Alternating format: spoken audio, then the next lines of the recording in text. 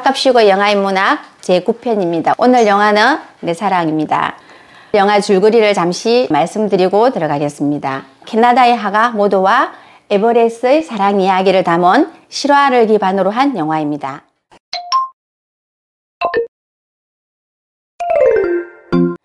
몸은 불편하지만 그림 그리는 것을 좋아하고 현명한 모도와 몸은 건강하지만 인간관계에 서툰 생선장수 에버렛, 불완전한 두 사람이 함께하면서 변해가는 과정을 보여줍니다. 그리고 이 멋진 영화를 만든 감독 에이슬링 월시입니다. 이분은 1958년생입니다. 아일랜드를 대표하는 여류 감독입니다. 그리고 이 영화는 캐나다와 아일랜드 합작 영화이기도 합니다. 10년 동안 이 영화를 제작했다고 합니다. 감독이 얼마나 고민을 많이 했는지 알 수 있습니다. 끊임없이 고정을 했고 주인공의 작은 집을 색칠을 하면서 꽃도 그려넣기도 하고 직접 그림을 그리기도 했다고 합니다. 그리고 영하 20도에서 사계절을 아름답게 담아냈습니다. 얼마나 감독이 힘들었는지 알 수 있습니다. 영화의 주인공 셀린 호킨스입니다. 신체적 장애가 있는 화가 모도 역을 맡고 있습니다. 내면을 깊이 있게 표현해서 관객들에게 굉장히 깊은 공감을 주고 있습니다. 그리고 이 영화를 위해서 그림을 배웠습니다. 이 영화는 셀린 호킨스의 인생 연기라고 해도 무방합니다. 이 영화는 저희 인생 영화이기도 합니다.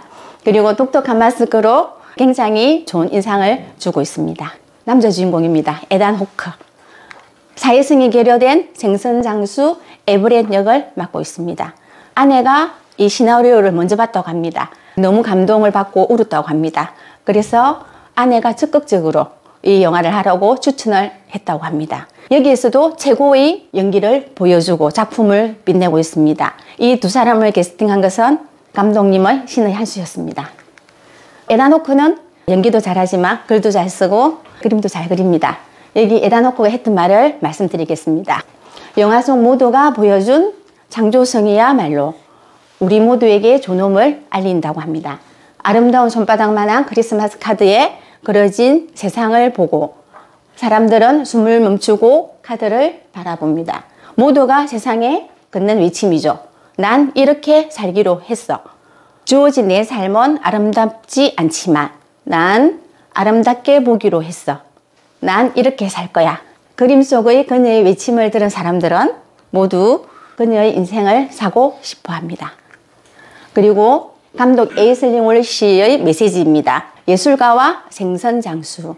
사회에서 소외되었던 어울리지 않는 한 쌍이 만나 일생에 걸쳐 서로를 바꿔가며 사랑하는 여정을 담았다. 영화의 첫 장면입니다. 여기는 캐나다의 작은 마을입니다. 시골 마을인데 주인공 모드입니다. 주인공이 숙모집에서 살고 있습니다. 신체적인 기형이 있고 몸이 불편해서 오빠가 엄마와 아버지가 돌아가시고 난 이후에 숙모집에 맡겨버립니다. 생활비를 조금 주고. 그래도 그나마 모두는 집으로 돌아갈 거라고 생각을 하고 있었는데 오빠가 또 집을 팔아버립니다. 무일푼이 되어버렸습니다. 그런데다가 숙모하고도 잘 맞지 않습니다. 숙모도 좋으신 분이지만 모두를 구박하기도 합니다. 그래서 모두는 독립을 하고 싶습니다. 그러고 있는 차에 마트에 가게 됩니다. 근데 마트에서 가정부를 구한다는 소리를 듣게 됩니다. 그렇게 해서 가정부 가는 집을 찾아갔습니다. 그 집이 생선장수 에버레스의 집이었습니다. 그런데 보자마자 에버레스 마음에 들지 않습니다. 가정부를 구한다는데 자기가 돌봐줘야 될 것 같습니다. 몸도 외사하고 깡 마른 데다가 걸음걸이도 불편하고 쩔뚝거리고 이런 사람을 가정부로 들이기는 너무 싫었습니다. 그래서 바로 돌려 보내는데 돌아갈 모두가 아닙니다. 모두가 그럼 차 한 잔 마시면 어떻겠냐고 차를 한 잔 달라고 합니다. 그때 두 사람이 나눈 대화입니다. 얼마나 에버렛이 여자를 하대하고 무시하는지 알 수 있습니다. 에버렛이 전 여자를 구하는데요. 이렇게 말합니다. 그럼 전 뭐로 보이나요? 걸음걸이가 희한하던데 불구예요? 이렇게 직접적으로 물어봅니다. 그래도 모두는 긍정적입니다. 걸음걸이만 좀 그럴 뿐이에요. 아무 이상이 없다는 거예요. 자기는. 당신은 도움이 꼭 필요해요. 특이하다는 이유로 싫어하는 사람도 있더라고요. 에버레스 집을 찾아올 때 길거리에서 아이를 만났는데 돌을 던진 아이들이 있었습니다. 그래서 그 이야기를 하고 있는 겁니다. 그렇지만 에버렛이 가정부로 들어가게 됩니다. 왜냐하면 연락 오는 사람이 아무도 없었습니다. 가정부로 오겠다고. 그리고 에버렛이 고아원 출신이었습니다. 그래서 고아원에서 일도 하고 했는데 고아 원장님이 그냥 가정부로 들여라 그렇게 이제 부탁을 했고, 그 말을 듣고 에버렛이 모두를 자기 집으로 데리고 왔습니다. 그런데 첫날부터 마음에 들지 않습니다. 이거 보세요.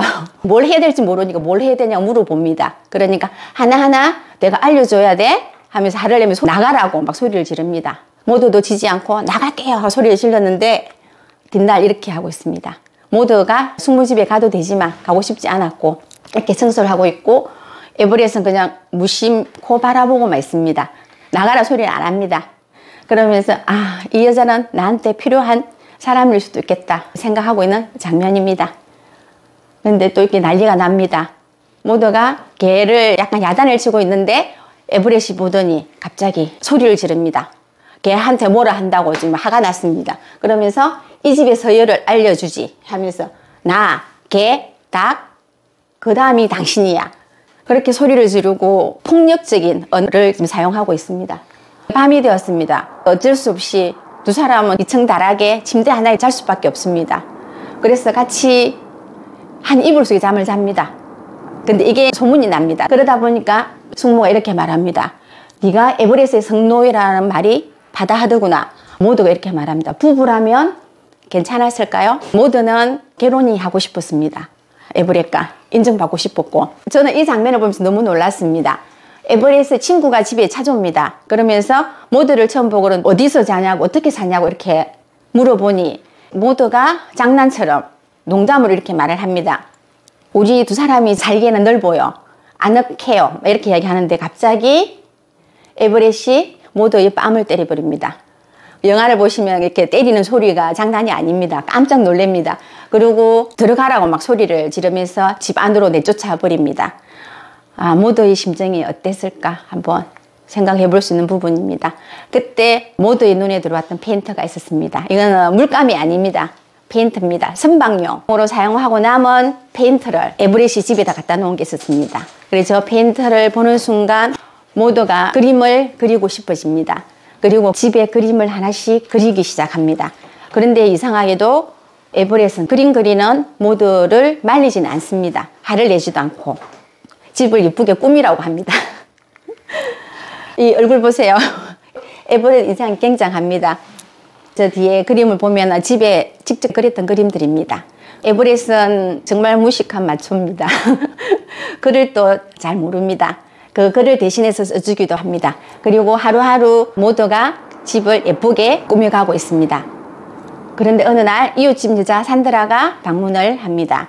이 여자가 생선을 주문했는데 생선이 안 왔다고 아지로 집에 온 겁니다. 그런데 이 그림을 보게 됩니다. 당신이 그린 거예요? 이렇게 묻습니다. 이 닭은 모두가 요리할 때 잡았던 닭입니다. 닭이 행복했을 때를 기억해 주기 위해서 그림을 그렸다고 합니다. 산드라는 그림이 마음에 들었습니다. 모두의 그림이. 그렇게 해서 돌아가고 난 뒤부터 집에 또 그림을 그리기 시작합니다. 이때 OST가 나오는데 메리 마가렛 오하라의 디얼 달링입니다. 한번 들어보고 넘어가겠습니다. 영화 보시면서 꼭 같이 들어보시기를 바라겠습니다.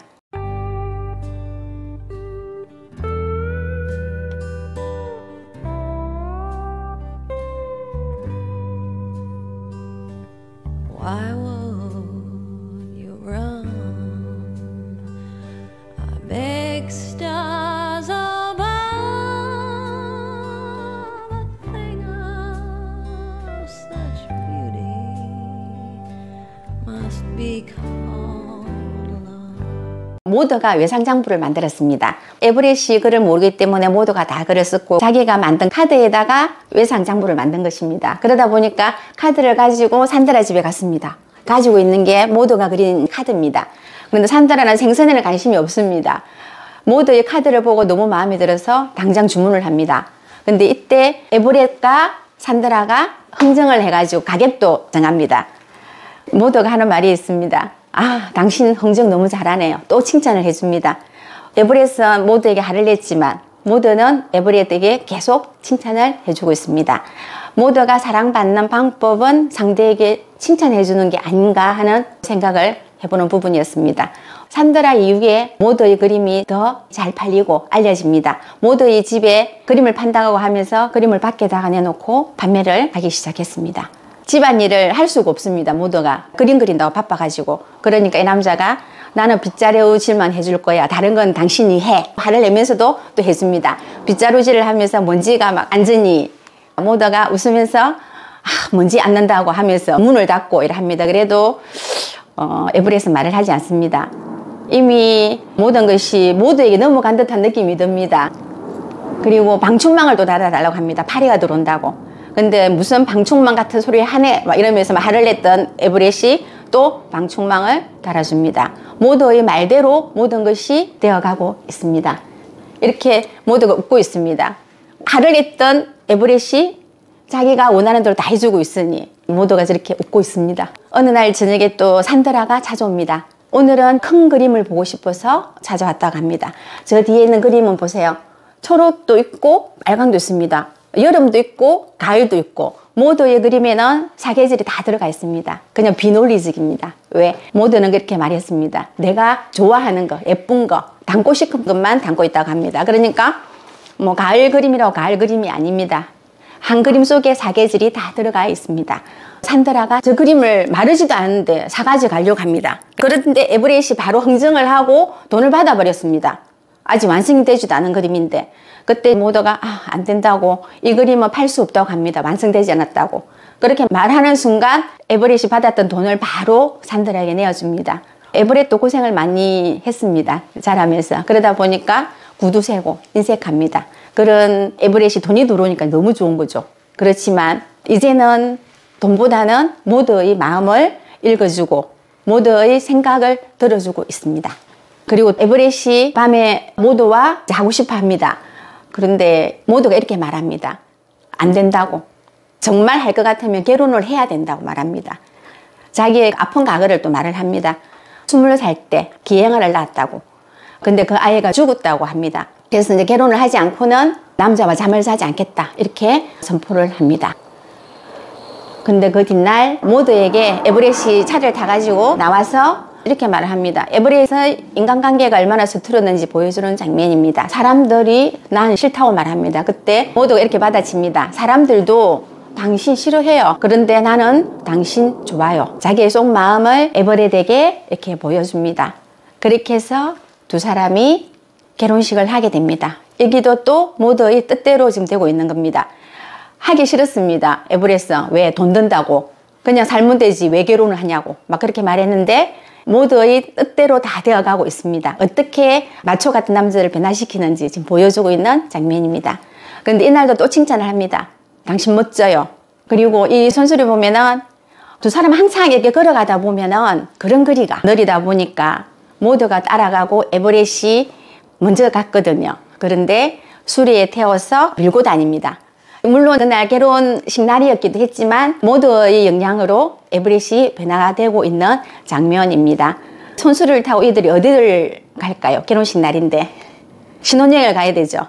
그런데 신혼여행은 멀리 못 가고 자기 집으로 갑니다. 근데 밤에 한번 보세요. 이 에버렛의 발등 위에 모두의 발이 올라가 있습니다. 발을 상징하는 의미는 굉장히 큽니다. 이렇게 두 사람이 브루스를 치고 따뜻하고 행복한 밤을 보냅니다. 근데 이때 또 대하는 장면이 있습니다. 마초 같은 남자도 이렇게 말을 합니다. 내일은 다시 평소와 같을 거야. 그러니까 알아요. 낡은 양말 한 쌍처럼. 그러니 또 에버렛이 한 짝은 다 늘어나고 한 짝은 구멍이 잔뜩 나고 그리고 깨재재하게 떼탄 양말 막 이렇게 이야기를 하니 모두가 아니요 하얀 면 양말이라고 말을 합니다. 그럴 때 또 에버렛이 당신은 감청색이나 선황색 양말이라고 그렇게 모두를 표현을 해주고 있습니다. 이렇게 두 사람의 밤은 아름답습니다. 이 장면도 너무 멋있습니다. 제가 최고의 장면으로 꼽고 있습니다. 그리고 열심히 또 그림을 그립니다. 이제 주문도 많이 밀리고 점점 모두가 유명해집니다. 또 가격이 쌌습니다. 많은 사람이 주문한다고 해서 가격을 올리지도 않았습니다. 모두에게는 성공이 중요하지도 않았습니다. 모두가 바라는 것은 자기의 그림으로 상대방이 행복하게만 하면 본인은 만족했습니다. 그러다 보니까 방송국에서 찾아옵니다. 모두가 유명해지고 그리고 닉슨 대통령도 주문을 합니다. 카드 2점을. 근데 대수롭지 않게 생각합니다. 유명한 사람이 나를 찾는 데에서도 내가 뭐 대단한 사람이라고 생각을 하지 않습니다. 돈만 주면은 그림은 그려준다고 이렇게 이야기를 합니다. 그리고 한 사람한테 그림을 많이 팔지도 않았다고 합니다.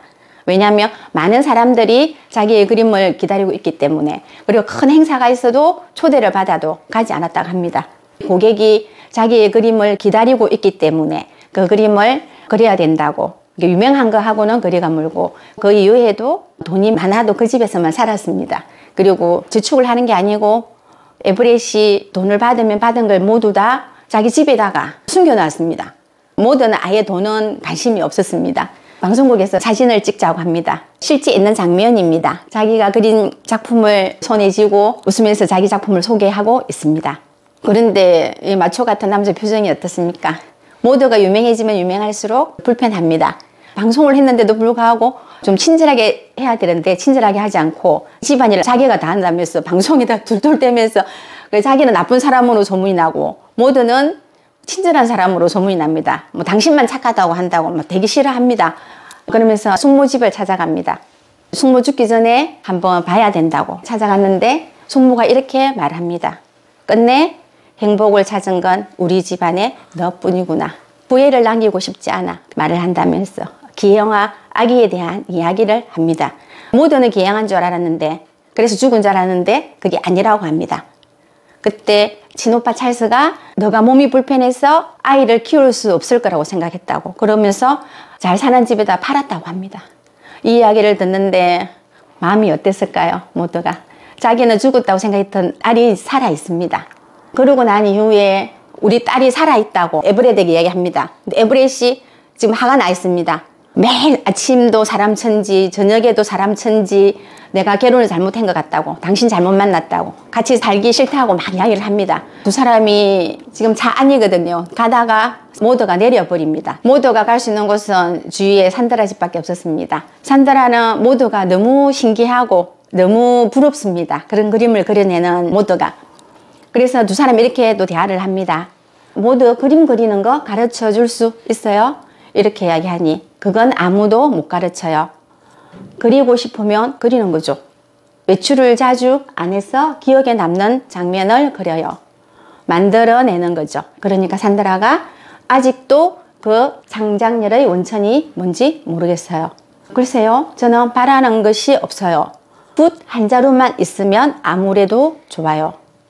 창문을 좋아해요. 지나가는 새, 꿀벌 매번 달라요.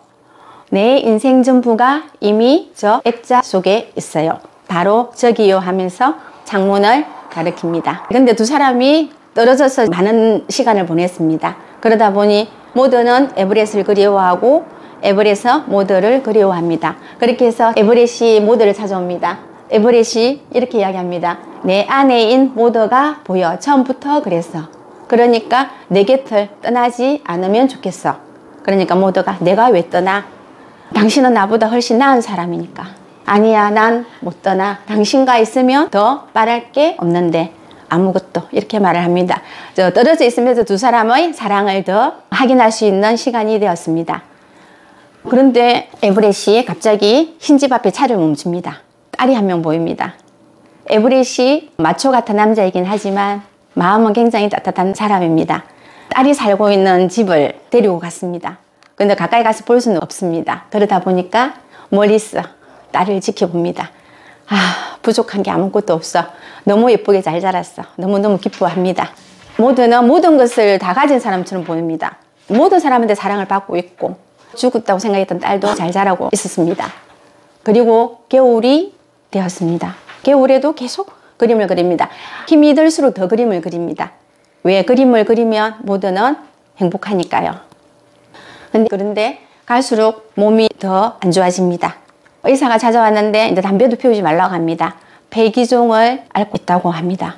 아마도 선박용 페인트의 악취가 굉장히 해로웠을 것 같습니다. 두통을 계속 앓고 있었다고 하더라고요. 그 페인트 냄새 때문에 그런 건 아닌가 생각을 해봅니다. 의사가 돌아가 난 뒤에 모두가 이렇게 말합니다. 본인이 죽을 줄 알고 있었던 것 같습니다. 개를 몇 마리 더 키워. 그러니까 개 필요 없어. 개 좋아하잖아. 난 당신이 있잖아. 속내를 두 사람이 표현을 합니다. 왜? 난 당신이 부족한 사람이라고 생각했을까 하니 모두가 이렇게 따뜻하게 대답을 합니다. 난 사랑받았어요. 에버렛. 모든 것을 다 한 표정입니다. 쓸쓸함, 고독, 외로움. 그림 팝니다 라고 붙여둔 팻말을 걷어서 안으로 들어오고 있는 장면입니다. 그런데 메모지가 발견되었습니다. 가정보관된 메모지가. 왜 두 분 다시 다른 사람들 연락이 오지 않았는지 아시겠죠? 모두가 그 메모를 떼가지고 와버렸습니다. 너무 절실했어. 가정부 고감, 청소 두고 반드시 지참할 것. 에버렛 루이스에게 연락 바란다는 이 메모를 발견하게 됩니다. 모두는 죽을 때까지 이 메모를 간직하고 있었습니다. 저는 이 대사를 명대사로 생각하고 있습니다. 내 인생 전부가 이미 액자 속에 있어요. 바로 저기요. 이 대사가 마지막에 흘러나옵니다. 너무 감동이었습니다. 그리고 이 책도 나와 있습니다. 시간 되시면 한번 보시면 좋을 것 같습니다. 모드 루스의 생애를 그리고 있습니다. 이 작가가 같은 동네에 살았습니다. 이 작가의 아버지가 모드의 그림을 너무 사랑해가지고 심부름을 자주 보냈습니다. 그래서 이 작가가 모드를 너무 잘 알고 있습니다. 책의 표지도 너무 예쁘죠, 그죠? 캐나다가 가장 사랑한 화가 모드 루이스입니다. 1903년부터 70년까지 살았습니다. 캐나다 노바스코샤에서 태어났으며 신체적 기행이 있고 나이브 하가입니다. 여러분 나이브 하가라고 들어보셨습니까? 나이브 하가는 교육을 받지 않은 하가입니다. 다른 사람들은 이렇게 말을 하더라고요. 교육을 받지 않았기 때문에 자신만의 그림을 그려내었다고. 어머니에게 그림을 배웠습니다. 그 어머니에게 그림을 배웠던 행복한 기억으로 계속 그림을 그려내었습니다. 어릴 때 너무 귀엽죠? 엄마 아그네스 그리고 오빠 찰리가 있고 그리고 아래로 남동생이 2명 있었는데 태어나자 죽었다고 합니다. 어릴 때 유복한 건 아닌데 잘만 했다고 합니다. 엄마의 포스는 어떻습니까? 너무 멋있죠? 라벤더 향수를 좋아했고 음악을 좋아했고 실크 스카프를 좋아하고 피아노 연주하는 걸 좋아했다 합니다. 그 당시에 그렇게 했다면 부잣집은 아니었지만 굉장히 행복한 생활을 했다고 봅니다. 살았던 지역입니다. 노바스코샤와 딕비입니다. 영화 음악이 흘러나오면서 마지막에 실제 모습들이 나옵니다. 아까 저 봤던 장면하고 비슷하죠? 마지막에 방송국에서. 진짜 집입니다. 가로 3.7, 세로 4m. 굉장히 작은 집입니다. 이 집은 지금 노바스코샤 미술관에 완벽하게 복원되어서 보관되고 있다고 합니다. 그런데 불행하게도 모두가 1970년대 사망하고 뒤따라서 1979년도에 에버렛도 사망을 하게 됩니다. 돈을 노린 강도가 침입을 해가지고 강도와 몸싸움을 하다가 죽게 됩니다. 마지막에 리사 해니건의 노래와 함께 모두가 그린 그림 영화와 함께 음악을 들으면 감동이 더 배가가 됩니다. 그렇게 한번 보시길 바라겠습니다. 그리고 음악과 함께 나왔던 제가 좋아하는 작품들 보여드리겠습니다. 저는 이 작품을 제일 좋아합니다. 보면 그냥 행복하고 좋습니다. 사과나무가 꽃 필 때 종달새가 노래하고 있는 겁니다. 너무 예쁩니다. 모두가 얼마나 행복했는지 어떤 시선으로 삶을 바라보았는지 볼 수 있는 장면입니다. 그리고 이 장면 실크 스카프를 하고 선글라스를 쓰고 저를 보는 듯한 느낌이 들어가지고 제가 또 이 작품도 되게 좋아합니다. 모두가 좋아했던 꽃은 튤립입니다. 길 옆에 튤립이 반기고 있습니다. 보통 그림의 제목이 없는데 여기는 결혼식 파티라고 되어 있습니다. 본인이 이루지 못한 꿈. 앞에는 손수레를 타고 신혼여행을 갔었는데 여기는 정말 멋진 오픈카를 타고 여행 가는 장면입니다. 늘 기억 속에 있었던 그림을 그리는데 이건 상상 속의 그림인 것 같습니다. 너무 재밌는 거는 가고 있는데 차를 막아서고 있습니다. 소가. 모두에게 소는 동물이 아니었습니다. 그냥 사람하고 똑같았습니다. 고객들에게 즐거움을 주기 위해서 이런 그림들을 많이 그렸다고 합니다. 그리고 소의 다리가 4개인데 3개로 표현을 하게 됐습니다. 실수가 아니고 일부러 웃기려고 이렇게 했습니다. 이것은 딕비 항구입니다. 모두가 살았던 숙모집 근처의 항구였습니다. 기억 속에 있는 장면입니다. 실제로 그 동네를 가면은 비슷합니다. 여기 항구에서는 선박 페인트를 집에 가져와서 그림을 많이 그렸다고 합니다. 그림이 보니까 너무 시원하고 선명하고 기분이 너무 좋습니다. 특히 좋아했던 게 흰 고양이, 검은 고양이. 여기도 튤립이 있습니다. 그리고 또 사과나무, 아카시아 나무가 있습니다. 이렇게 예쁜 소를 보신 적 있습니까? 속눈썹이 굉장히 깁니다. 그리고 여기 또 튤립이 있습니다. 정말 모두는 행복이 뭔지를 알고 있었던 것 같습니다. 특히 소 그림이 인기가 많아서 주문을 제일 많이 받았다고 했습니다. 모두가 이렇게 말했습니다. 그림을 그리는 일이 스스로를 행복하게 만드는 방식이었다고. 당신을 행복하게 만드는 방식은 무엇입니까?